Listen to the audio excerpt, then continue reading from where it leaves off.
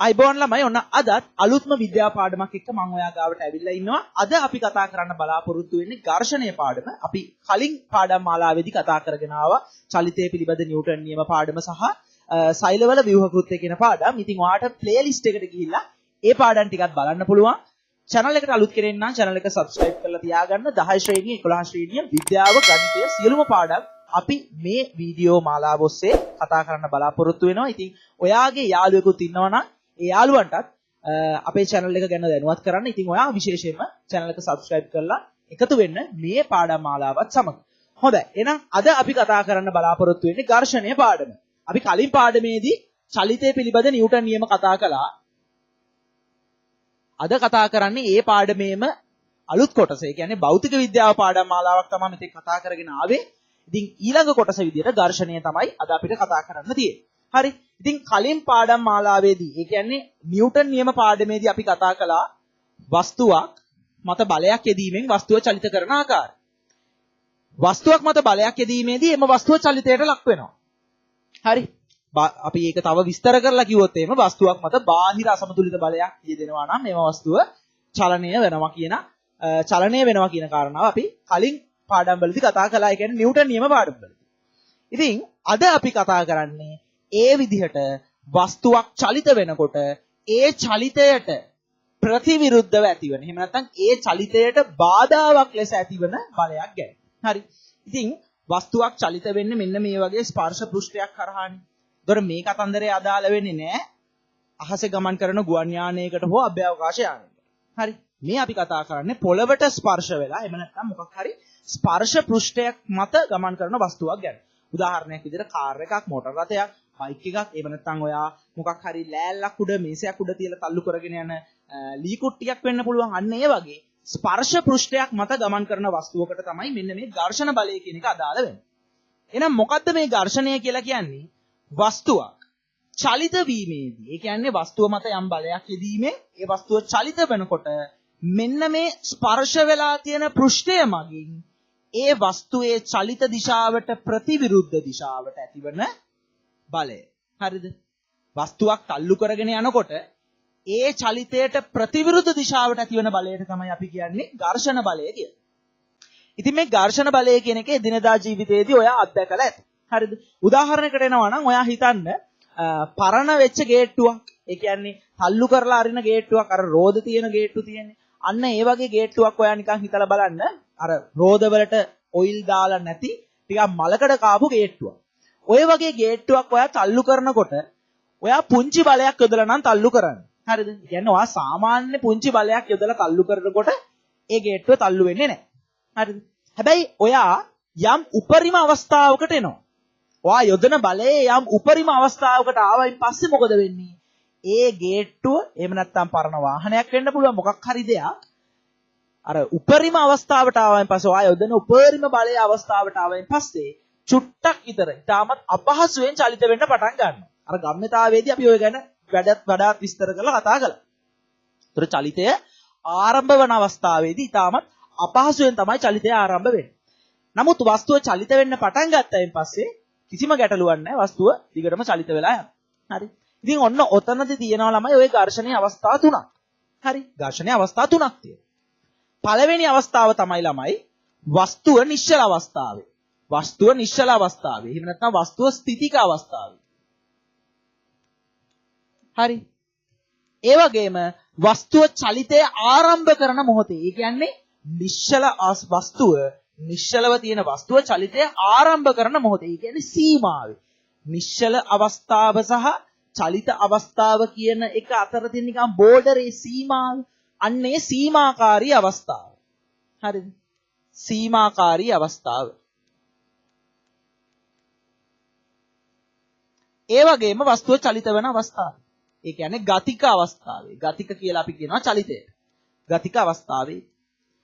දැන් මේ වගේ වස්තුවක් ගත්තහම ඔන්න ඔයා බලයක් යොදනවා. ඔය යොදන බලය නිසා තාම වස්තුව චලිත වෙන්න පටන් ගත්තේ නෑ. ඒ කියන්නේ ඔයා යොදන බලය ප්‍රමාණවත් මදි. ඔයා යොදන බලය වස්තුවේ චලිතය සඳහා ප්‍රමාණවත් මදි. ඉතින් වස්තුව චලිත වෙන්නේ නෑ. එහෙනම් ඒ වගේ අවස්ථාවක වස්තුව නිශ්චල අවස්ථාවේදී ඔයා බලයක් යොදනවා. ඒ බලයක් යෙදුවත් වස්තුව චලිත වෙන්නේ නැහැ. මොකද හේතුව? ඔයා යොදන බලය ප්‍රමාණවත් නැති. මොකක් සඳහාද ප්‍රමාණවත් නැති? වස්තුව චලිත කිරීම සඳහා. හේතුව මොකක්ද? ඔයා මේ පැත්තට ඔන්න බලයක් යොදනවා. ඔන්න ඔයා මේ පැත්තට බලයක් යොදනවා. හැබැයි ඔයා යොදන බලයට වඩා වැඩි බලයක් ස්පර්ශ පෘෂ්ඨය මගින් වස්තුව මත යොදාගෙන ඉන්නවා. ඒ කියන්නේ මෙන්න මේ ස්පර්ශ වෙලා තියෙන පෘෂ්ඨය මගින් වස්තුව මත ඔයා යොදනවට වඩා වැඩි බලයක් යොදනවා. දැන් උදාහරණයක් විදිහට ගත්තොත් එහෙම රළු පොළවක් තියෙන තැනක ඔයා තියලා තියෙනවා මොකක් හරි වස්තුවක්. හරිද? ලී කුට්ටියක් වෙන්න පුළුවන්, මොකක් හරි විශාල අල්මාරියක් වෙන්න පුළුවන්, මොකක් හරි දෙයක්. හරිද? රළු පෘෂ්ඨයක් මත තියෙනකොට මේක පහසුවෙන් තල්ලු කරන් යන්න බෑ. ඔයා පොඩි බලයක් යොදනකොට වස්තුව චලිත වෙන්නේ නැහැ. හරිද? වස්තුව චලිත වෙන්නේ නැහැ. හේතුව මොකද්ද? ඔයා යොදන බලයට වඩා වැඩි බලයක් පෘෂ්ඨය මගින් ඇති කර. අන්න ඒ වගේ අවස්ථාවක, ඒ කියන්නේ වස්තුව චලිත නොවන අවස්ථාවක පෘෂ්ඨය මගින් ඇති කරන බලයට අපි කියනවා. ඒ කියන්නේ වස්තුව නිශ්චල අවස්ථාවේ, වස්තුව ස්ථිතික අවස්ථාවේ පෘෂ්ඨය මගින් ඇති කරන ඝර්ෂණ බලයට අපි නමක් කියනවා. මොකද්ද? ස්ථිතික ඝර්ෂණය. ස්ථිතික ඝර්ෂණය. ස්ථිතික ඝර්ෂණය. ස්ථිතික ඝර්ෂණය. වස්තුව නිශ්චලයි. වස්තුව නිශ්චලයි. ඒ කියන්නේ ඔයා යොදන බලය ප්‍රමාණවත් මදි වස්තුව චලිත කිරීම සඳහා. ඒ වගේ අවස්ථාවක වස්තුව මත ක්‍රියාත්මක වන ඝර්ෂණයට අපි කියනවා ස්ථිතික ඝර්ෂණය, නැත්නම් ස්ථිතික ඝර්ෂණ බලය කියලා. තව අවස්ථාවක් තියෙනවා. ඔයා බලය යොදනවා. ඔන්න දැන් ඔයා පුංචි බලයකින් ආරම්භ කරලා ටික බලයේ විශාලත්වය වැඩි කරනවා. ඔන්න එක අවස්ථාවක් එනවා වස්තුව යාන්තමින් චලිත වෙන්න පටන් ගන්න අවස්ථාව. යාන්තමට චලිත වෙන්න පටන් ගන්න අවස්ථාව. ඒ අවස්ථාවේ නේද ඔයා වස්තුව මත උපරිම බලයක් යෙදුවේ. ඔයා ඒ අවස්ථාවේ තමයි වස්තුව මත උපරිම බලයක් යෙදුවේ. ඒ කියන්නේ ඔයා යොදන බලය උපරිම බලයකට ආවයින් පස්සේ ඔන්න වස්තුව චලිත වෙන්න පටන් ගන්නවා. හරිද? අන්න ඒ අවස්ථාවේ කියන්නේ නිශ්චල වස්තුව චලිත වීම ආරම්භ කරන මොහොතේ. ඒ කියන්නේ නිශ්චලතාවයේ ඉඳලා චලිත අවස්ථාව කියන සීමාව පසු කරන අවස්ථාව. ඒ අවස්ථාවේදී වස්තුව මත ක්‍රියා කරන ඝර්ෂණයට අපි නමක් කියනවා සීමාකාරී අවස්ථාව. ඒ කියන්නේ නිශ්චලව තියෙන වස්තුව චලිත වීම පටන් ගන්න මොහොත. නිශ්චලව තිබිලා චලිත වීම පටන් ගන්න අවස්ථාව. සීමාකාරී අවස්ථාව. ඒ කියන්නේ සීමා දෙක. නිශ්චල සහ චලිතය කියන නිශ්චල අවස්ථාව සහ චලිත අවස්ථාව කියන දෙක වෙන් කරන අවස්ථාව. චලිත වීම ආරම්භ වන මොහොත. සීමාකාරී අවස්ථාව. ආන්ගේ අවස්ථාවේ වස්තුව මත ක්‍රියා කරන ඝර්ෂණයට අපි නමක් කියනවා සීමාකාරී ඝර්ෂණය. සීමාකාරී ඝර්ෂණය. ඊළඟට වස්තුව චලිත වෙලා යනවා. හරිද? දැන් ඔයා යොදන බලය උපරිම බලයකට යෙදුවයින් පස්සේ ඊට පස්සේ වස්තුව චලිත වීම ආරම්භ වෙනවා. එතනින් එහාට වස්තුව චලිත වෙලා යනවා දිගට. ඒ අවස්ථාවේදී වස්තුව මත ඝර්ෂණයක් ක්‍රියාත්මක වෙනවා. ඒ ඝර්ෂණයට අපි නමක් කියනවා දැන් වස්තුව ගතිකයි. ගතිකයි කියලා කියන්නේ චලිත වෙනවා. චලිත වෙන අවස්ථාවේ ක්‍රියාත්මක වන ඝර්ෂණයට අපි නමක් කියනවා ගතික ඝර්ෂණය. ගතික ඝර්ෂණය. එහෙනම් ළමයි ඝර්ෂණය කියලා කියන්නේ මොකක්ද? ඝර්ෂණය කියලා කියන්නේ වස්තුවක චලිතයට ප්‍රතිවිරුද්ධ දිශාවට ස්පර්ශ පෘෂ්ඨය මගින් ඇති කරන ප්‍රතිරෝධී බලය. වස්තුවක චලිතයට ප්‍රතිවිරුද්ධ දිශාවට ස්පර්ශ පෘෂ්ඨය මගින් ඇති කරන බලයට අපි කියනවා ඝර්ෂණ බලය කියලා. විශේෂයෙන්ම මතක තියාගන්න මේ බලය යොදන්නේ ස්පර්ශ පෘෂ්ඨය මගින්. ස්පර්ශ පෘෂ්ඨය මගින් වස්තුව මත යොදන බලය. එහෙනම් ඒ ඝර්ෂණ බලයේ අවස්ථා තුනක් තියෙනවා. වස්තුව නිශ්චල අවස්ථාවේ ක්‍රියාත්මක වන ඝර්ෂණය, වස්තුව චලිත වීම ආරම්භ වන මොහොතේ ක්‍රියාත්මක වන ඝර්ෂණය සහ වස්තුව චලිත වීම ආරම්භ කරාට පසු ක්‍රියාත්මක වන ඝර්ෂණය විදියට. එහෙනම් ඝර්ෂණයේ අවස්ථා තුනක් තියෙනවා. මොනවාද අවස්ථා තුන? ස්ථිතික ඝර්ෂණය, ගතික ඝර්ෂණය සහ සීමාකාරී ඝර්ෂණය. හොඳයි. එහෙනම් අපි මෙතෙක් කතා කරපු ටික නෝට් එකට දාගෙන ඊළඟට අපි එමු නැවතත් පාඩම පැහැදිලි කරගන්න. හරි. එහෙනම් ඔයා ගන්න ඔයාගේ ටියුට් එක ඝර්ෂණය ගැන තමයි අපි කතා කරමින් ඉන්නේ. නිව්ටන් නියම පාඩම අවසන්. එකම ටියුට් එකේ එකම නිබන්ධනයේ තමයි ওই පාඩම් සෙට් එකම තියෙන්නේ. එතකොට ඝර්ෂණයේ නිව්ටන් නියම පාඩම තිබුණ නිබන්ධනයේම තමයි ඝර්ෂණය තියෙන්නේ. එතකොට ඝර්ෂණයේ පිටුවේ ඉඳන් අපි ලියාගමු ඝර්ෂණයට යමු. මුලින්ම ලියා ගන්න ඝර්ෂණය කියලා කියන්නේ මොකක්ද කියලා කෙටි අර්ථ දැක්වීම. වස්තුවක චලිතයට ප්‍රතිවිරුද්ධ දිශාවට වස්තුවක චලිතයට ප්‍රතිවිරුද්ධ දිශාවට වස්තුවක චලිතයට ප්‍රතිවිරුද්ධ දිශාවට ස්පර්ශ පෘෂ්ඨ මගින්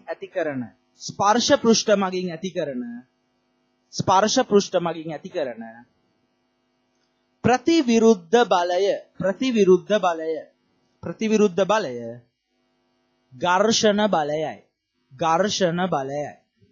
ඝර්ෂණ බලයයි. මම නැවත වතාවක් කියනවා. වස්තුවක චලිතයට ප්‍රතිවිරුද්ධ දිශාවට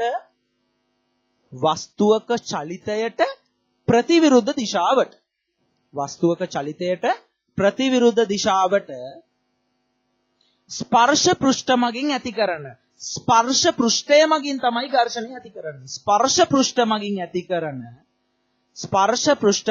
කරන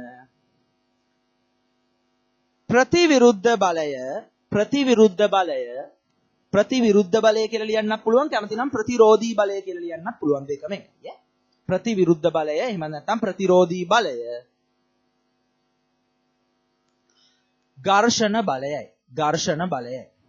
ඝර්ෂණ බලයයි. හොඳයි. ඊළඟට ඝර්ෂණයේ අවස්ථා තුනක් තියෙනවා. ඝර්ෂණයේ ප්‍රධාන අවස්ථා තුනකි. ලියාගමු යටින් යටට. මොනවාද? ස්ථිතික ඝර්ෂණය, සීමාකාරී ඝර්ෂණය, ගතික ඝර්ෂණය. ස්ථිතික ඝර්ෂණය, සීමාකාරී ඝර්ෂණය, ගතික ඝර්ෂණය. ඒ ලියා ගන්න දීලා තියෙන ඉඩ ප්‍රමාණය ලියා ගන්න. ඉදිරියෙන් ඉරි කෑල්ලක් ගහලා තව තිත් පෙලක් තියෙනවා. ඒ කෑල්ලට එන්න එපා. ඒ කොටසේ තව දෙයක් තියෙනවා ලියන්න. පල්ලෙහාට ලියා ගන්න ස්ථිතික ඝර්ෂණය, සීමාකාරී ඝර්ෂණය සහ ගතික ඝර්ෂණය විදිහට. ස්ථිතික ඝර්ෂණය, සීමාකාරී ඝර්ෂණය සහ ගතික ඝර්ෂණය. තාමත් පාසුයි මතක තියාගන්න. හරි. එතකොට ස්ථිතික ඝර්ෂණය කියලා කිව්වා වස්තුව චලිතය ආරම්භ වීමට පෙර. හරි. එහෙනම් ලියා ගන්න ඉදිරියෙන් ඉරි කෑල්ලක් තියෙනවා. ඒ ඉදිරියෙන් තව තිත් පෙලක් තියෙනවා. එතන ලියා ගන්න. වස්තුව චලිත වීමට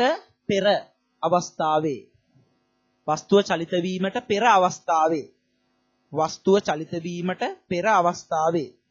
ඒ කියන්නේ ස්ථිතික ඝර්ෂණය ක්‍රියාත්මක වෙන්නේ වස්තුව චලිත වීමට පෙර අවස්ථාවේ. ඊළඟට සීමාකාරී ඝර්ෂණය ක්‍රියාත්මක වෙන කොයි අවස්ථාවේද? වස්තුව චලිත වීම ආරම්භ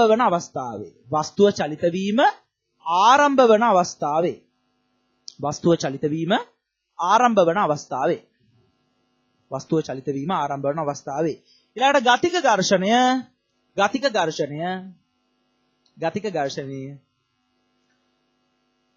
වස්තුව චලිත වන අවස්ථාවේ.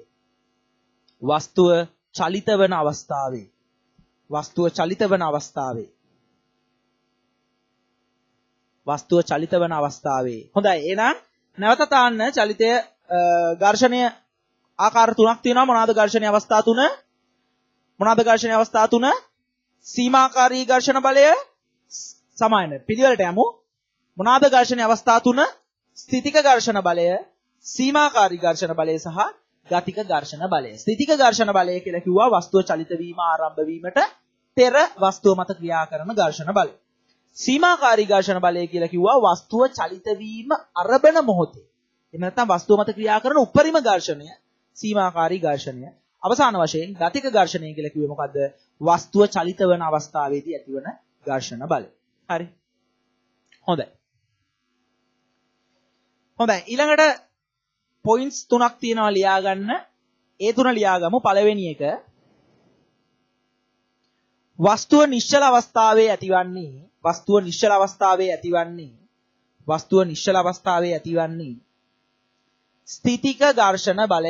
ස්ථිතික ඝර්ෂණ බලයයි. වස්තුව නිශ්චල අවස්ථාවේ ඇතිවන්නේ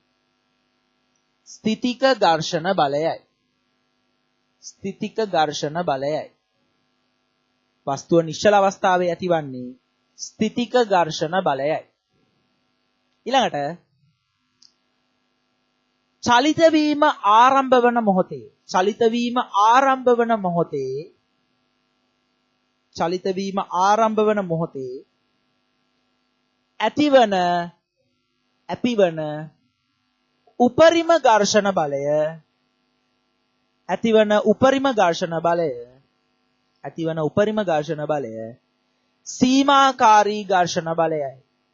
ඇතිවන උපරිම ඝර්ෂණ බලය සීමාකාරී ඝර්ෂණ බලයයි.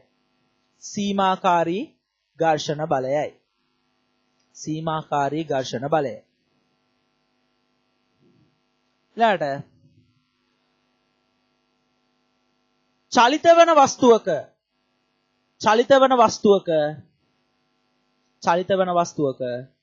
ප්‍රතිවිරුද්ධ දිශාවට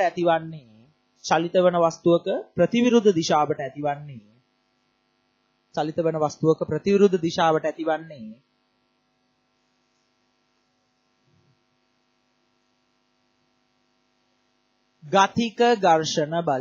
ගතික ඝර්ෂණ බලයයි. ගතික ඝර්ෂණ බලය. හොඳයි. ඊළඟට ළමයි ඝර්ෂණය සඳහා බලපාන සාධක. මොනවාද ඝර්ෂණය සඳහා බලපාන සාධක? පළවෙනි එක තමයි ළමයි අභිලම්භ ප්‍රතික්‍රියාව. මම පැහැදිලි කරනවා මොනවාද කියලා. අභිලම්භ ප්‍රතික්‍රියාව. හරි. ඊළඟ එක තමයි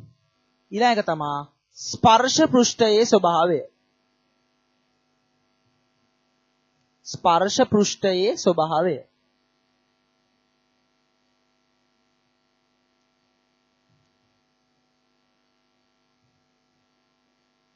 ස්පර්ශ පෘෂ්ඨයේ ස්වභාවය.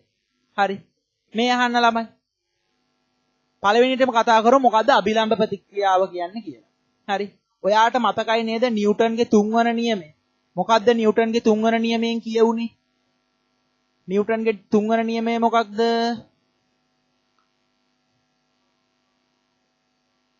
සෑම ක්‍රියාවකටම විශාලත්වයෙන් සමාන වූ දිශාවෙන් ප්‍රතිවිරුද්ධ වූ ප්‍රතික්‍රියාවක් ඇත කියන එක. නිව්ටන්ගේ තුන්වන නියමය. ඒතකොට නිව්ටන්ගේ තුන්වන නියමයට අදාළව සෑම බලයකටම විශාලත්වයෙන් සමාන දිශාවෙන් ප්‍රතිවිරුද්ධ ප්‍රතික්‍රියා බලයක් තියෙනවා. ඕනෑම වස්තුවක් ගත්තයින් පස්සේ යාට ස්කන්ධයක් තියෙනවා. ස්කන්ධය නිසා බර කියන එක ඇති වෙනවා. මතක ඇති අපි නිව්ටන් නියමවල අවසාන වීඩියෝ එකේදී කතා කරා ඝර්ෂණය ස්කන්ධය බර. හරි. ස්කන්ධය සහ බර කියන එකේ වෙනස මොකක්ද කියලා කතා කළා. ඒ කියන්නේ කෙනෙක් වාගේ ස්කන්ධය ඇහුවොත් සහ බර කීයද කියලා ඇහුවොත් දෙකක් කියන එක අපි කතා කළා. මතකද? හරි. අර කතා කළේ W සමානයි mg කියලා සමීකරණයක් ඇසුනේ. W සමානයි mg. W කියන්නේ weight එක, බර, m කියලා කියන්නේ mass එක. mass එක වෙනස් වෙන්නේ නැහැ. ඒ කියන්නේ mass එක කියලා කියන්නේ වාගේ ස්කන්ධය වෙනස් වෙන්නේ නැහැ. හැබැයි weight එක, ඒ කියන්නේ බර කියන එක වෙනස් වෙනවා ගුරුත්වාකර්ෂණය කියන සාධකය මත. හරි. එහෙනම් ඒක මම පුංචි මතක් කිරීමක් විදියට කළේ. එහෙනම් ඔය weight එක එහෙම නැත්නම් බර කියලා කියන්නේ බලයක්. දැන් මේ වස්තුවට තියෙනවනේ බරක්. weight එකක් තියෙනවනේ. එයා පොළොව මතට ඇද ගැනීමේ බලයක් තියෙනවා, weight එකක් තියෙනවා. දැන් මේ බලයට ප්‍රතිවිරුද්ධ බලයක් තියෙන්න එපා. නිව්ටන්ගේ තුන්වන නියමයට අදාළව ඕනෑම බලයකට ප්‍රතිවිරුද්ධ බලයක් තියෙනවා නම් මේ බර කියන බලයට ප්‍රතිවිරුද්ධව ඇතිවන බලයක් තියෙනවා. බරට ප්‍රතිවිරුද්ධව ඇතිවන බලයක් තියෙනවා. ඔය බරට ප්‍රතිවිරුද්ධව ඇතිවන බලයට තමයි ළමයි අපි කියන්නේ අභිලම්භ ප්‍රතික්‍රියාව කියලා. ප්‍රතික්‍රියාව කියලා කියන්නේ බරට ප්‍රතික්‍රියාවක් විදියට. බර කියන ක්‍රියාවට ප්‍රතික්‍රියාවක් විදියට ඇතිවන බලය නිසා. හරිද? ඒක අපි හඳුන්වනවා R කියලා. R අකුරෙන් තමයි අපි ඒක දාන්නේ. හරිද? හරි. එහෙනම් බරට ප්‍රතිවිරුද්ධව ඇතිවන බලයට තමයි අපි කියන්නේ මොකද්ද? අභිලම්භ ප්‍රතික්‍රියාව කියලා. ඇයි අභිලම්භයි කියලා කියන්නේ? ඒක ඇතිවන්නේ ස්පර්ශ පෘෂ්ඨයට ලම්බක. ස්පර්ශ පෘෂ්ඨයට ලම්බකව ඇතිවන බලයක් නිසා අපි ඒකට කියනවා අභිලම්භ ප්‍රතික්‍රියාව කියලා. ඒ කියන්නේ හිතන්න වස්තුව තියෙන්නේ මෙන්න මේ වගේ ආනත තලයක් මත කියලා. වස්තුව තියෙන්නේ මේ වගේ ආනත තලයක් මත නම් එතකොට අභිලම්භ ප්‍රතික්‍රියාව ඇති වෙන්නේ කොහොමද?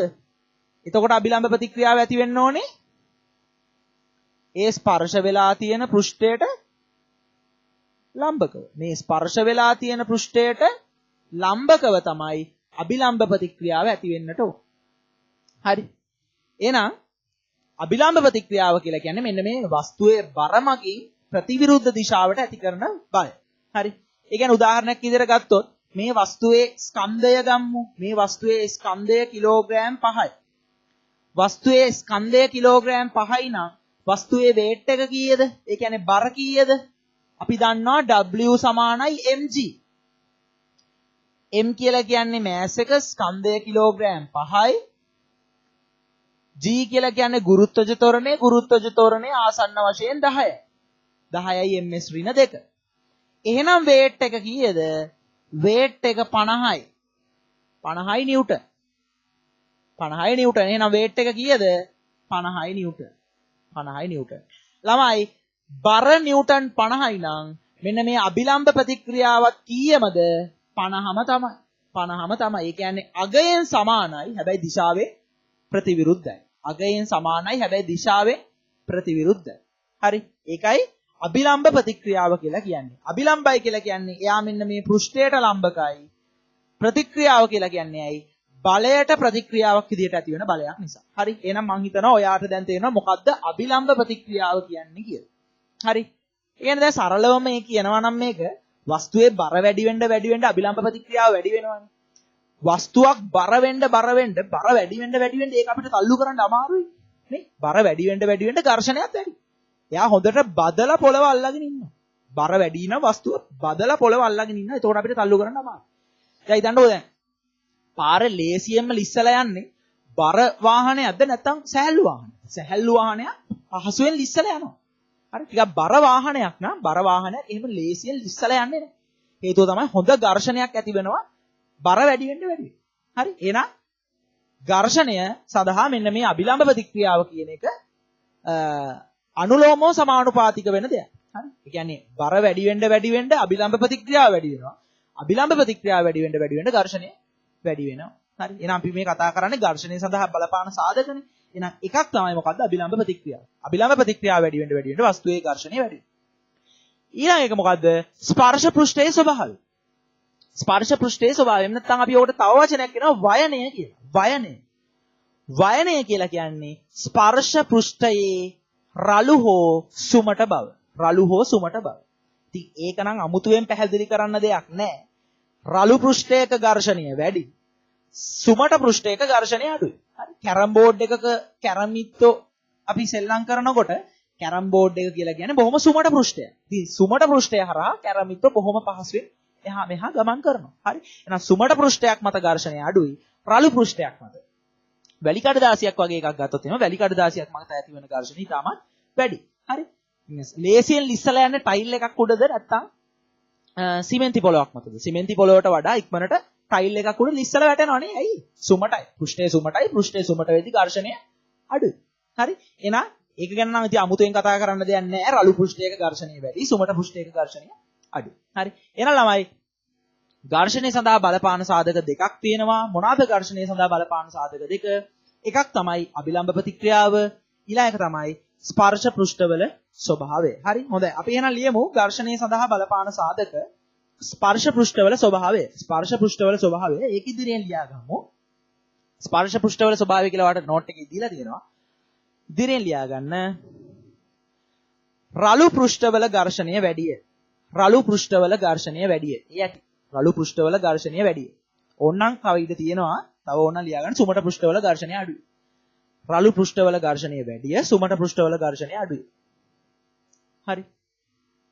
ඊළඟට අභිලම්භ ප්‍රතික්‍රියාව ඒක යටතේ ලියා ගන්න. අභිලම්භ ප්‍රතික්‍රියාව වැඩි වන විට ඝර්ෂණය වැඩිය. අභිලම්භ ප්‍රතික්‍රියාව වැඩි වන විට ඝර්ෂණය වැඩිය. ඝර්ෂණය වැඩි වේ.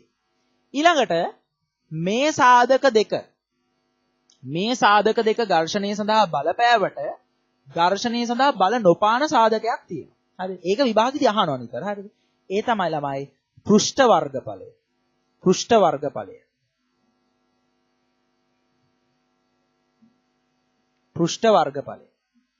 පෘෂ්ඨ වර්ගඵලය ඝර්ෂණය සඳහා බලපාන්නේ නැහැ.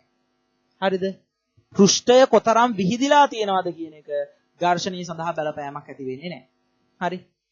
තේරුණාද? ඒක හොඳට මතක තියාගන්න. දැන් හිතුවොත් එම ගඩොල් කැටයක්. හරිද? ගඩොල් කැටයක හැඩය ගත්තොත් මෙන්න මේ වගේ හැඩයක් නේ තියෙන්නේ. ඔන්න ඔය වගේ කන්නේ ගඩොල් කැටේ. මේ ගඩොල් කැටේ එකම බරක් තියෙන්නේ. බර එකමයි නම් හරිද? එකම බරක් නම් තියෙන්නේ. ප්‍රතික්‍රියා බලයත් එකමයිනේ. අභිලම්භ ප්‍රතික්‍රියා බලයත් එකමයිනේ. හරි එකම අගයක්නේ. ළමයි මේ gadol කැටේ ඔයා මොන පැත්ත තියලා පොළවේ තල්ලු කරගෙන ගියා. ඒ කියන්නේ මේ පෘෂ්ඨය පොළවට ස්පර්ශ වෙන විදිහට තල්ලු කරගෙන ගියාත්, ඒ කියන්නේ මේක ඔළුවෙන් හිටවලා අරගෙන ගියාත්, මේ පෘෂ්ඨය පොළවේ ස්පර්ශ වෙන්න අරගෙන ගියාත්, එහෙම නැත්නම් මේ පෘෂ්ඨය පොළවේ ස්පර්ශ වෙන්න අරගෙන ගියාත් ඇති වෙන්නේ එකම ඝර්ෂණ බලය. ඒ කියන්නේ පෘෂ්ඨ වර්ග ඵලය කියන එක ඝර්ෂණය සඳහා බලපාන්නේ නැහැ. අපිට බැලු බැලමට පේනවා මේ උඩ තියෙන මුහුණතේ පෘෂ්ඨ වර්ග ඵලය වැඩි, මේ මුහුණතේ පෘෂ්ඨ වර්ග ඵලයට වඩා. ඒ කියන්නේ මේ පෘෂ්ඨයන් තුන, මේ මුහුණතයන් තුන ගත්තොත් එහෙම පෘෂ්ඨ වර්ග ඵල වෙනස්. නමුත් ඝර්ෂණය සඳහා ඒකේ බලපෑමක් නැහැ. හරි. ළමයි ඝර්ෂණය සඳහා බලපෑවෙන්නේ නැති වුණාට පෘෂ්ඨ වර්ග ඵලය බලපානවා මොකක් සඳහාද? පීඩනය සඳහා බලපානවා. ඒක හොඳට මතක තියාගන්න. ඝර්ෂණය සඳහා බලපාන්නේ නැහැ. ඝර්ෂණය සඳහා පෘෂ්ඨ වර්ග ඵලය බලපාන්නේ නැහැ. හැබැයි පීඩනය සඳහා බලපාන. පීඩනය සඳහා පෘෂ්ඨ වර්ග ඵලය බලපාන. මතකයිනේ සමීකරණේ P සමානයි F බෙදීම A. හරි. අභිලම්භ බලය බෙදීම වර්ගඵලය. එහෙනම් වර්ගඵලය කියන එක පීඩණයට බලපානවා. හරිද? පීඩණයට බලපානවා. හැබැයි ඝර්ෂණයට බලපාන්නේ නැහැ. ඒක ඉතාමත් හොඳින් මතක තියාගන්න. ඕක නිතර විභාගෙදී අහනවා. අර නිකන් පැටලිලි සහගත තැනක් නිසා. පෘෂ්ඨ වර්ගඵලය කියන එක පීඩණය සඳහා බලපානවා. ඝර්ෂණය සඳහා බලපාන්නේ නැහැ. ඔයා ඕක චුට්ටක් හරි පටලා ගත්තොත් එහෙම මොකද වෙන්නේ? ඕක පැටලුනොත් විභාගෙදී වැඩේ කේස්. හරි. ඒ නිසා මතක තියාගන්න පෘෂ්ඨ වර්ග ඵලයේ ඝර්ෂණය සඳහා බලපාන්නේ නැහැ. පෘෂ්ඨ වර්ග ඵලයේ පීඩනය සඳහා බලපානවා. හරි. වාක්‍යයක් තියෙනවා ඒක හයිලයිට් කරලා තියාගන්න.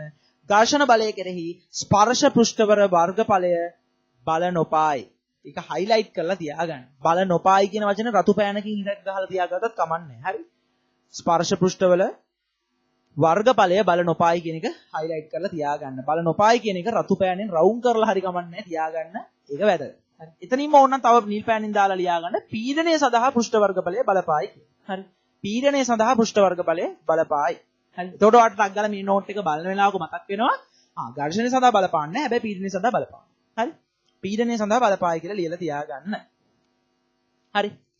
හොඳයි. ඉතින් ඇත්තටම මේ පාඩමේ ඔච්චර තමයි කතා කරන්න තියෙන්නේ අපිට. හරි. ඊට පස්සේ අපිට කතා කරන්න තියෙනවා ඝර්ෂණය අඩු කරගන්න මොනවද කරන්නේ සහ ඝර්ෂණයේ ප්‍රයෝජන ගැන. හරි. ඉතින් ආයේ මුලින්දා මතක් කරන් ආවොත් මොකද්ද ඝර්ෂණය කියලා කියන්නේ?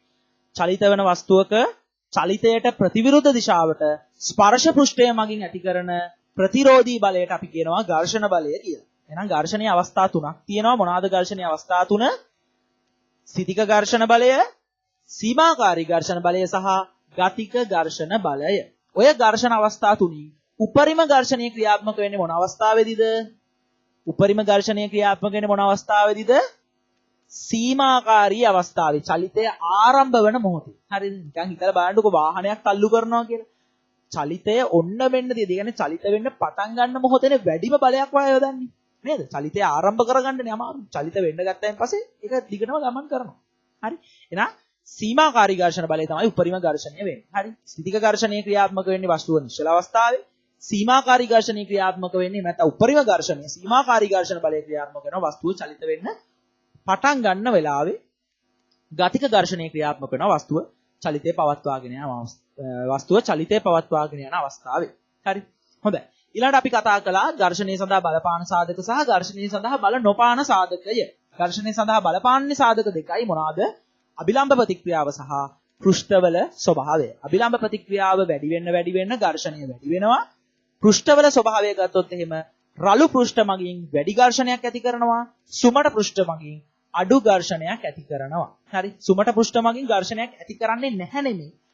අඩු ඝර්ෂණයක් තමයි ඇති කරන්නේ. තේරුණාද?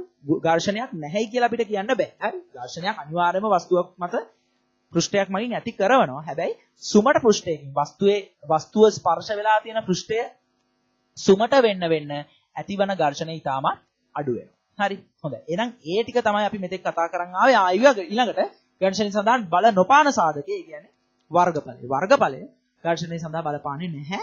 නමුත් පීඩනය සඳහා වර්ගඵලය බලපානවා. හොඳයි. ඔය ටික තමයි අපි මෙතෙක් කතා කරගෙන ආවේ. ඊළඟට අපිට කතා කරන්න තියෙන්නේ ඝර්ෂණය අඩු කරගන්න ක්‍රම.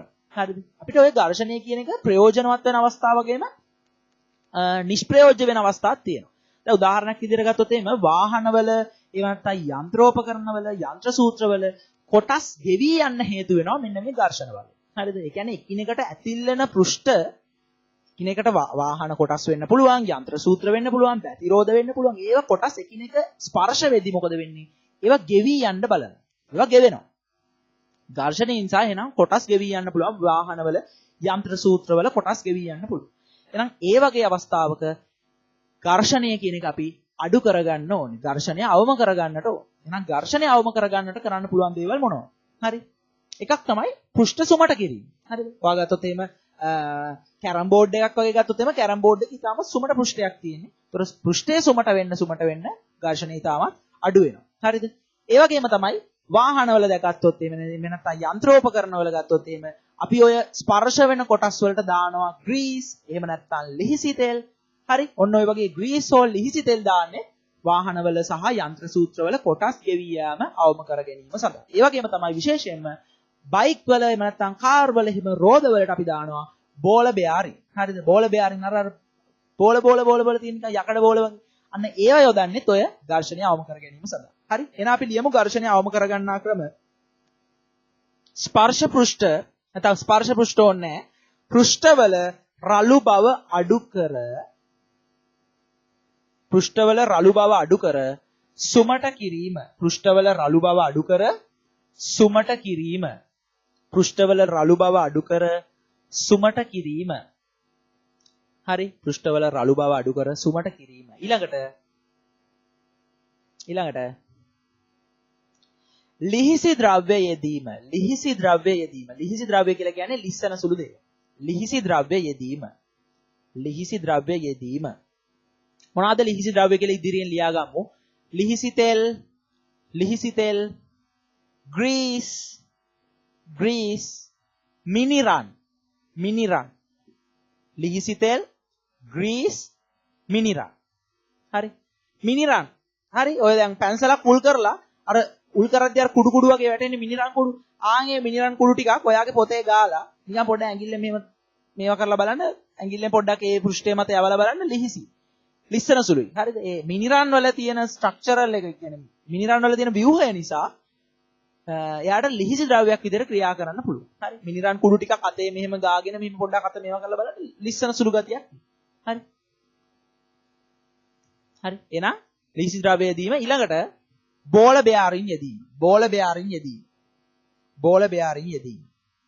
බෝල බෙයාරින් යෙදීම. එහෙනම් ඕවා තමයි ඝර්ෂණය අඩු කරගන්න ක්‍රම. හරි? ඝර්ෂණය අඩු කරගන්න ක්‍රම විභාගෙදී අහනවා. හරි? ස්ට්‍රක්චර් පේපර් එකට එහෙම අහනවා ඝර්ෂණය අඩු කරගත හැකි ක්‍රම. හරි? දොර ලියන්න ඕනේ ඒවා. ඊළඟට ඝර්ෂණයේ ප්‍රයෝජන. ළමයි අපිට පොළවේ ඇවිදින්න පුළුවන් වෙලා තියෙන්නේ. ලිස්සලා වැටෙන්නේ නැතුව පොළවේ ඇවිදින්න පුළුවන් වෙලා තියෙන්නේ ඝර්ෂණය නිසා. හරිද? ඒ වගේම තමයි අපිට යම් කිසි දෙයක් තදින් අල්ලා ගන්න පුළුවන් වෙලා තියෙන්නේ ඝර්ෂණය නිසා. හරි? දැන් ඔයා දැකලා තියෙන්නේ පෑන් එහෙම. හරිද? පෑන් වල ඔයා දැකලා තියෙනවද? මෙතන මංගා පෑනක් තියෙනවා. දැන් මේ පෑනේ බලන්න ඔයා අල්ලන තැන. හරි? මේ පෑනේ ඔයා අල්ලන තැන මෙන්න මෙතන පොඩ රළු කරලා තියෙනවා. එහෙම නැත්නම් සමහර පෑන් වල නම් මෙතන පොඩි රබර් බුෂ් එකක් තියෙනවා. හරිද? එහෙම තියෙන්නේ ඇයි? මේ පෑන ලිස්සලා යන්නේ නැතිද? හරි? දැන් ඔයා නිකන් අල්ලලා බලන්න මෙතනින් අල්ලලා ලියද්දි සහ මෙතනින් අල්ලලා ලියද්දි තියෙන වෙනස. මෙතනින් අල්ලන්න අමාරුයි පෑන. ඒක වෙනම කතාවක්. හැබැයි ඔයා හිතන්න මේ වගේ නිකන් සුමට ගතියක් තිබුණොත් එහෙම මේ පෑන බොහොම පහසුවෙන් ලිස්සලා යනවා. අපේ අතට දාඩිය චුට්ටක් එහෙම ඇවිල්ලා තියෙන වෙලාවක මේම අල්ලද්දි ලිස්සලා යනවා. හැබැයි මේ රළු පෘෂ්ඨය නිසා එහෙම පෑන ලිස්සලා යන්නේ නැහැ. හරිද? එහෙනම් අපිට යම් කිසි දෙයක් තද කරලා අල්ලා ගන්න පුළුවන් වෙලා තියෙන ඔය ඝර්ෂණය නිසා. හරි? ඒ වගේම තමයි ලිස්සලා වැටෙන්නේ නැතුව අපිට ඇවිදින්න පුළුවන් වෙලා තියෙන ඝර්ෂණය නිසා. හරි? අපි සරපු දෙකක් දාගෙන යනවා නම් හරිද? නැත්නම් සපතු දෙකක් දාගෙන යනවා නම් හරිද? අර කට්ට කපලා තියෙන නිසා සරපුවේ හරි සපත්තුවේ හරි අඩියේ කට්ට කපලා තියෙන නිසා ඒක පහසුවෙන් ලිස්සලා යන්නේ නැහැ. හරිද? ටිකක් ගෙවිච්ච සරප්පුවක් එහෙම දාගෙන යනකොට මොකද වෙන්නේ? නිකන් පොළවේ නිකන් ලිස්සන ගතියක් ඇති වෙනවා. හරිද? වැස්ස වෙලාවක එහෙම ගෙවිච්ච සරප්පු දාගෙන යන්න එපා ලිස්සලා වැටෙනවා. හරිද? අත්දැකීමෙන් කියන්නේ. හරි? හරි? එහෙනම් මොකද වෙන්නේ? ලිස්සන ගතියක් ඇති වෙනවා අර කට්ට කපලා නැති සරප්පු දෙකක් දාන් ගියාම. හරි? විශේෂයෙන්ම සරප්පු දෙකක් ගන්නකොට සපත්තු දෙකක් ගන්නකොට සපත්තුවේ හරි සරප්පුවේ හරි බ්‍රෑන්ඩ් එක ලස්සන ඒව බලන්න කලින් ඔක්කොටම කලින් පිටිපස්ස අරවල බලන්න හොඳට කට්ට කපලා දිනනවාද කියලා. හරිද? කට්ට කපලා දින සපත්තු දෙකක් හරි සෙරප්පු දෙකක් හරි නම් ඔයාව ලිස්සල වැටෙන්නේ නැතුව තියාගන්නවා. හරිද? එහෙම නැතුව ලස්සන බලලා ගන්න එපා. සමහරවිට පිටිපස්ස සුමට පෘෂ්ඨයක් වෙන්න පුළුවන්. එතකොට වැස්ස වෙලාවක එහෙම දාගෙන ගියොත් එහෙම ලිස්සල වැටෙනවා. හරි. එහෙනම් ඔය කට්ට කපනවා. ටයර් වල එහෙම හරිද? වාහන වල ටයර් වල එහෙම ටයර් එහෙමත් ඔය දැන් නිසි කලට මාරු කරන්න කියන්නේ ඒකයි. හරිද? දැන් ටයර් එකක් එහෙම මාරු කරන්නත් බෑනේ දැන් හින ගණන්නේ. හරිද? වාහනයක බයික් එකක එහෙම දැන් බයික් එකකත් සාමාන්‍ය රුපියල් 10000ක් විතර වෙනවා පිටිපස්සේ ටයර් එක. 10000ක් වැඩි. හරි. මේ 10000ක් 15000ක් අතර වෙනවා සාමාන්‍ය බයික් එකක ටයර්. කාර් එකක එහෙම ගත්තොත් එහෙම එන්න ගන්න. ඉතින් එතකොට මොකද කරන්නේ අපි? අපි තියෙන ලෝභකමට හරිද? ලෝභකමට නෙමෙයි ඇත්තටම. මේ මිනිස්සුන්ට සල්ලි නෑනේ ඉතර ලොකු ගාණක් වේදම් කරලා එකපාර ටයර් එකක් එහෙම දාගන්න අනිත් දැන් කාර් එකක වගේ නම් ටයර්ස් මාරු කරනවා නම් හතරම එකපාර මාරු කරන්න ඕනේ. ඒක ලොකු වියදමක් මේකට. හැබැයි මොකද්ද තියෙන අනතුරුදායක තත්ත්වය? හරිද? ටයර් එකේ කට්ට කපලා තියෙනවා. ඒ කට්ට ගෙවිනාට පස්සේ හරිද? ඒ කට්ට කපලා තියෙන එක ගෙවිලා ගියයින් පස්සේ අර පෘෂ්ඨයට බදලා අල්ලා ගන්න තියෙන හැකියාව නැති වෙලා යනවා. වැස්ස වෙලාවක එහෙම ලිස්සලා ගියොත්, ඒ කියන්නේ බ්‍රේක් ගැහුවා සමහරලාට බ්‍රේක් අහුවෙන්නේ නැහැ. රෝද හතර නතර වෙනවා. බ්‍රේක් එක නිසා රෝද හතර නතර වෙනවා. හැබැයි වාහනේ ලිස්සලා යනවා. හේතුව තමයි කට්ට කපලා නැති නිසා පොළොව සමග හොඳ ඝර්ෂණයක් ඇති කරගන්න. හරි. එහෙනම් ඔය වාහන වල ටයර් වල කට්ට කපන්නේ, ඊපස්සේ සෙරප්පු සහ සපත්තු වල කට්ට කපන්නේ හොඳ ඝර්ෂණයක් ඇති කිරීම සඳහා ලිස්සලා නොයෑම සඳහා. හරි. ඊපස්සේ ඔයා දැකලා ඇති ඔය කෝච්චි වල බස් වල එහෙම අර අල්ලගන්න යකඩ බාර් තියෙන ගහලා යකඩ පොළු තියෙනවනේ. අන්න ඒවයි බලන්න සමහර ඒවයි තියෙනවා මේ පොඩි නිකන් රළු කරලා රබර් එකක් වගේ හරි දාලා තියෙනවා. එහෙම තියෙනකොට ඒක අල්ලගන්න බොහොම පහසුයි. තද කරලා අල්ලගන්න පුළුවන්. හරි. හැබැයි එහෙම නැතුව සුමට පෘෂ්ඨයක් තිබුණොත් එහෙම අතටත් ටිකක් දාඩිය ගතියක් තියෙනවනේ එහෙම අල්ලලා තියාගන්න බෑ. හරිද? පහසුවෙන් අල්ලගන්න බෑ. හරි. ඉතින් හොඳම උදාහරණ ගත්තොත් එහෙම ලිස්සන ගහ. හරිද? සරලම උදාහරණ ලිස්සන ගහ නගින්න බැරියයි. ලිස්සන ගහේ දැන් සාමාන්‍ය ඔය පොල් ගස් වලට පුවක් ගස් වලට මිනිස්සු නගිනවා. හරිද? මට නගින්න බෑ. හරිද? මිනිස්සුන්ට සාමාන්‍යයෙන් ඔය පොල් ගස් පුවක් ගස් වලට නගින මිනිස්සු ඉන්නවනේ අවුලක් නැතුව. හේමක් නැතුව නගින්න පුළුවන් මිනිස්සු ඉන්නවනේ. හැබැයි ලිස්සන ගහේම නගින්න බෑනේ. හේතුව මොකද්ද? ලිස්සන ගහේ මුල ඉඳන් අගට යනකම ග්‍රීස් ආලේප කරලා තියෙන්නේ. දැන් මොකද වෙන්නේ? අර දැන් පොල් ගස් පුවක් ගස් නගින්න පුළුවන් එකෙක්ට උනත් නගින්න යනකොට ලිස්සලා වැටෙනවා. හේතුව තමයි අර පෘෂ්ඨය තදින් අල්ලා ගන්න බෑ. හරි. එහෙනම් ඝර්ෂණය කියලා කියන එක ඊටාම ප්‍රයෝජනවත්. හරිද? ලිස්සලා නොයන්න ඔය වගේ දෙයක් ඝනකමට අපිට අල්ලා ගන්න පුළුවන් වෙන්නේ ඝර්ෂණය කියන එක නිසා. හරි. එහෙනම් ලියාගමු ඝර්ෂණයේ ප්‍රයෝජන එකක් ලියන්න. ටයර් වල කට්ටා කැපීම මගින් ලිස්සා නොයයි. ටයර් වල කට්ටා කැපීම මගින් ලිස්සා නොයයි. ටයර් වල කට්ටා කැපීම මගින් ලිස්සා නොයයි. හරි. ඊළඟට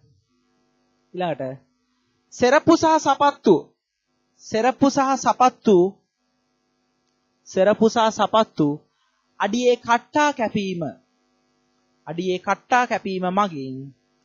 අඩියේ කට්ටා කැපීම මගින්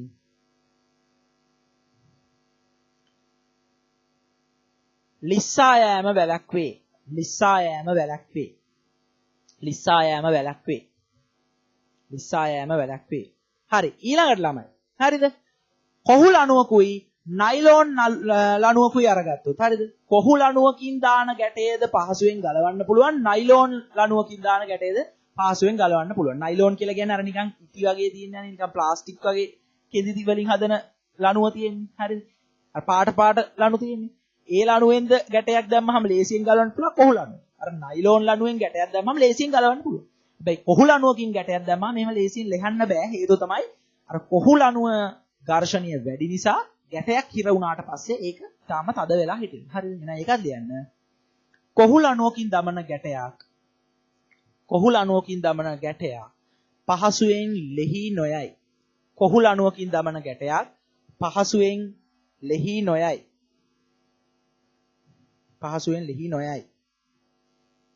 හරි. ඊළඟට උපකරණවල ස්පර්ශ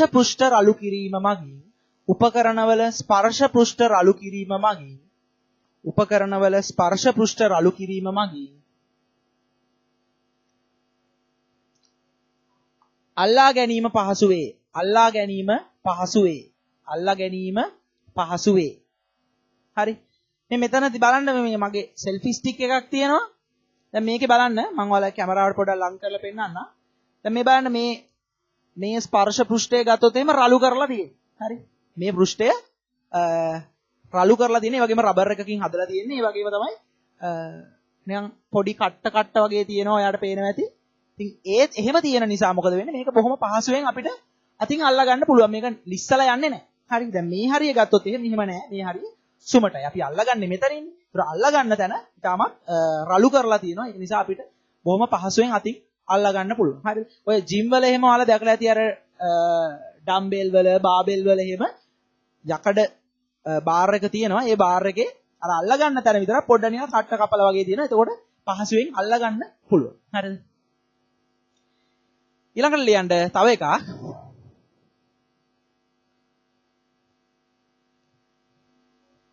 වාහනවල තිරිංග පද්ධති ක්‍රියා කිරීමට හරි තිරිංග පද්ධති ක්‍රියා කිරීමට කොච්චර දුරට ඝර්ෂණය වැදගත්ද කියලා බලා ගන්න ඕන නම් ඔය ඩිස්ක් බ්‍රේක් තියෙන බයිසිකල් එක හරි ඩිස්ක් බ්‍රේක් තියෙන බයික් එක හරි ඩිස් එකට තෙල් ටිකක් දාලා බලන්න. ඩිස් එකට දාන්න යන්න එපා. හරිද? ඔය කිව්වට කරන්න එපා මං කියන හැම එකක්ම. හරි? මේ ඩිස් එකට තෙල් ටිකක් දැම්මම මොකද වෙන්නේ? ඔන්න දැන් පල්ලමක එහෙම යනකොට මොකද වෙන්නේ? බ්‍රේක් අල්ලනවා බ්‍රේක් වැඩ කරන්නේ නැහැ අයියේ. ඝර්ෂණය නැහැ. හරි. තේරුණාද? එහෙනම් බයික් එකේ ඔය කොටස් වලට තෙල් දානවා නම් ඔයාගා පුට් සයිකල් එකක් එහෙම තියෙනවා නම් නැත්නම් බයික් එකක් හරි ගෙදර තියෙනවා නම් චේන් එකට අපි අර ගෙවි යන කොටස් වලට ඔයිල් ටිකක් ග්‍රීස් ටිකක් ආලේප කරනවානේ. ඩිස් එකට එහෙම ඩිස් බ්‍රේක් තියෙන වාහනයක නම් කීයටවත් ඩිස් බ්‍රේක් එකට එහෙම තෙල් දාන්න එපා. හරිද? ඩිස් එක ආරක්ෂා වෙන්න කියලා බ්‍රේක් වදින්නේ නැහැ. හරිද? මේවා අත්දැකීමෙන් කියන්නේ මම. හරි? එහෙනම් වාහනවල තිරිංග පද්ධති ක්‍රියා කිරීම සඳහා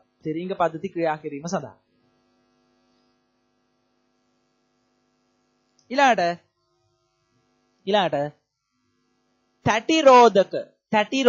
තැටි රෝධක කියලා කියන්නේ ඩිස් බ්‍රේක් වලට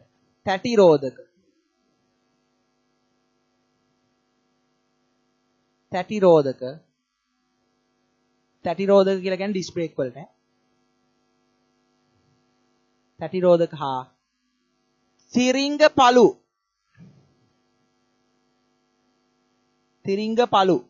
තිරිංග පළු කියලා කියන්නේ අර හබ් එක තියෙන්නේ ඒවා.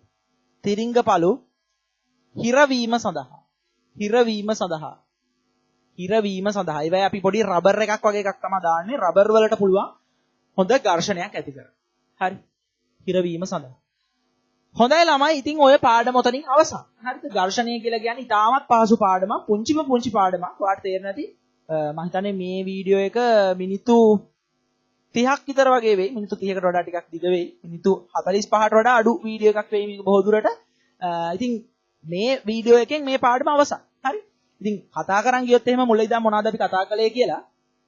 ඝර්ෂණය කියලා කියන්නේ මොකද්ද? චලිත වෙන වස්තුවක චලිතයට ප්‍රතිවිරුද්ධ දිශාවට ස්පර්ශ පෘෂ්ඨය මගින් ඇති කරන ප්‍රතිරෝධී බලය. හරි? ඒතර ඝර්ෂණයේ අවස්ථා තුනක් තිබ්බා. ස්ථිතික ඝර්ෂණය, සීමාකාරී ඝර්ෂණය සහ ගතික ඝර්ෂණය. සීමාකාරී ඝර්ෂණය කියලා කිව්වා උපරිම ඝර්ෂණය. වස්තුව මත ක්‍රියා කරන උපරිම ඝර්ෂණය. ඒ කියන්නේ වස්තුව චලිතය ආරම්භ කරන මොහොතේ වස්තුව මත ඇති වෙන ඝර්ෂණය. හරි? සීමාකාරී ඝර්ෂණය එහෙමයි. ඊට පස්සේ ස්ථිතික ඝර්ෂණය කියලා කියන්නේ වස්තුව නිශ්චල අවස්ථාවේ ඇතිවන ඝර්ෂණය. ගතික ඝර්ෂණය කියලා කියන්නේ වස්තුව චලිත වෙන අවස්ථාවේ ඇතිවන ඝර්ෂණය. හරි. ඊට පස්සේ ඝර්ෂණය සඳහා බලපානවා අභිලම්භ ප්‍රතික්‍රියාව. ඒ වගේම ස්පර්ශ පෘෂ්ඨවල ස්වභාවය. හැබැයි ඝර්ෂණය සඳහා බලපාන්නේ නැහැ පෘෂ්ඨවල වර්ගඵලය. හරි. ඊට පස්සේ ඝර්ෂණය වැඩි කරගන්න අපි යොදන උපක්‍රම සහ ඝර්ෂණය අඩු කරගන්න යොදන උපක්‍රම. ඝර්ෂණය වැඩි කරගන්න අපි රෝදවල, සෙරප්පුවල, පාවහන් වල කට්ට කපනවා. හරිද? ඒ වගේ රබර් බුෂ් යොදනවා. ඊට පස්සේ ස්පර්ශ පෘෂ්ඨ රළු කරනවා. හරි. එහෙනම් මේ වගේ දේවල් අපි කරනවා ඝර්ෂණය වැඩි කර ගැනීම සඳහා. ඝර්ෂණය අඩු කරගන්න මොනවද කරන්නේ? ඝර්ෂණය අඩු කරගන්න අපි යොදන උපක්‍රම තමයි ස්පර්ශ පෘෂ්ඨ සුමට කිරීම. ඊට පස්සේ ලිහිසි ද්‍රව්‍ය, ඒ කියන්නේ ග්‍රීස්, ලිහිසි තෙල් සහ මිනිරන් වැනි ලිහිසි ද්‍රව්‍ය යෙදීම, හරි බෝල බෑරින් යෙදීම. ඔන්න ඔය වගේ උපක්‍රම භාවිතා කරනවා අපි ඝර්ෂණය අඩු කරගත යුතු අවස්ථාවලදී. ඒ වගේම පවුඩර් එහෙම යොදනවා මේ කැරම් ගහද්දී. දැන් කැරම් එහෙම මේ දවස්වල ජනප්‍රිය වෙන කැරම් බෝඩ් නේද? හරි? කැරම් බෝඩ් වල එහෙම පෘෂ්ඨය සුමට කර ගැනීම සඳහා, ඒ කියන්නේ ඝර්ෂණය අවම කර ගැනීම සඳහා අපි පවුඩර් දානවා. හරි. එහෙනම් ළමයි ඔතනින් මේ පාඩම අවසන් වෙනවා. ඝර්ෂණය ගැන තමයි අපි මේ පාඩමේදී කතා කළේ. ඉතින් මේ නිබන්ධනයේ අවසාන වශයෙන් දීලා තියෙනවා ඝර්ෂණයේ පාඩමට අදාළ කෙටි ප්‍රශ්න ටික. හරි. කෙටි ප්‍රශ්න 5ක් තියෙනවා. මේ කෙටි ප්‍රශ්න 5ට පිළිතුරු ලියන්න. මේ පාඩම ඇත්තටම ගත්තොත් එimhe ඉතාමත් පුංචි පාඩමක්. නමුත් සාමාන්‍ය පෙළ විභාගයේදී මේකෙදි මේ පාඩමිනුත් එක්ක MCQ එකක් එහෙම නැත්නම් පුංචි ප්‍රශ්නයක් හරි අහන්න ඉඩකඩ තියෙනවා. ඉතින් පොඩි පාඩම් කියලා අතාරින්න එපා. හරි. අපි අර පුංචි මිස්ටේක් එකතු වුණාට පස්සේ ලොකු මිස්ටේක් හැදෙනවා වගේ තමයි. හරිද? අර පුංචි දේවල් අතාරින්න එපා. මේවා බොහොම පහසුවෙන් ග්‍රහණය කරගන්න පුළුවන් පාඩම්. කියන්නේ මේ මිනිත්තු 30 40 ඔයා මේ වීඩියෝ එක එක දිගට බැලුවත් මේ පාඩම ඔයාලට පුළුවන් වෙනවනේ. හරි. ඉතින් ඒ වගේ බොහොම පහසුවෙන් ප්‍රැස් කරගන්න පුළුවන් ලකුණු මිස් කරන්න එපා. මේ පාඩමේ ගණන් හදන්න කිසිම දෙයක් නැහැ. අර තියරි ටික ඒ කියන්නේ මේ පොඩ්ඩක් සෛද්ධාන්තික දේවල් ටික පමණයි ඔයාලට මතක තියාගන්න තියෙන්නේ. බොහොම පහසුවෙන් මතක තියාගන්න පුළුවන් පාඩම්. මේවා මිස් කරගන්න එපා. හේතුව තමයි විභාගෙදී මේ පාඩම් කියලා කියන්නේ ඔයාලට මාර වැදගත්. හරිද? ලොකු පාඩම් වගේ නෙමෙයි පුංචි පාඩම් වලින් බොහොම පහසුවෙන් ලකුණු එකතු කරගන්න පුළුවන්. හරිද? ලකුණු එකක් දෙකක් හරි එකතු කරගන්න පුළුවන් පාඩම් මිස් කරගන්න එපා. හරි. එහෙනම් මේ පාඩම් මාලාව ඔස්සේ දිගටම රැඳිලා ඉන්න. අපි මේ කතා කරේ ඝර්ෂණයේ පාඩම කලින් පාඩම් වල ඔක්කොම වීඩියෝස් ටික channel එකේ තියෙනවා. ඉතින් ඔයාලට මතක් කරලා සිටිනවා channel එක subscribe කරලා නැත්නම් තාම channel එක subscribe කරලා අපිත් එක්ක එකතු වෙන්න. අපි අලුතෙන්ම පාඩමක් දැම්මයින් පස්සේ ඔයාලට බලන්න පුළුවන්. bell icon එක click කරලා තියාගන්න. notification on කරලා තියාගන්න. එතකොට ඔයාලට අපි අලුතෙන් පාඩමක් දාපු ගමන් පොඩි notification එකක් එයි. හරි. ඉතින් විශේෂයෙන්ම ඔයාගේ යාළුවෝ ඉන්නවනම් 10 ශ්‍රේණිය 11 ශ්‍රේණිය ගණිතයේ විද්‍යාව සියලුම පාඩම් ටික මම මේ YouTube නාලිකාව ඔස්සේ ආවරණය කරන්න බලාපොරොත්තු වෙනවා. හරි. ඉතින් ඒක නිසා ඔයාගේ යාළුවන්ටත් මේ වීඩියෝස් ෂෙයා කරන්න. එයාලවත් මේ පාඩම් මාලාව සඳහා එකතු කරන්න. ඉතින් මේ අද අපි කතා කරමු පාඩම සම්බන්ධව මොන හරි ගැටලුවක් තියෙනවා නම්, ඒ වගේම ඉක්මනින් අපි කතා කරන්න ඕනේ මොන හරි පාඩමක් තියෙනවා නම් ඔයාලට පුළුවන් කමෙන්ට් එකක් දාගෙන යන්න. ඒ වගේම තමයි ෆෝන් නම්බර්ස් දාලා ඇති. ඒ ෆෝන් නම්බර්ස් වලට කතා කරලා WhatsApp හරහා මාත් එක්ක සම්බන්ධ වෙන්න පුළුවන්. මොනවා හරි නොතේරෙන දෙයක් තියෙනවා නම් ගණිතය සහ විද්‍යාව කියන විෂයන් දෙකේම මොනවාම හරි ගැටලු තියෙනවා නම් ඔයාලට පුළුවන් මාව සම්බන්ධ කරගන්න. හොඳයි. එහෙනම් මේ වගේම තවත් පාඩමකින් අපි නැවත ඉක්මනින්ම මුණ ගැහෙමු. එහෙනම් අදට සමුගන්නවා. ජය වේවා.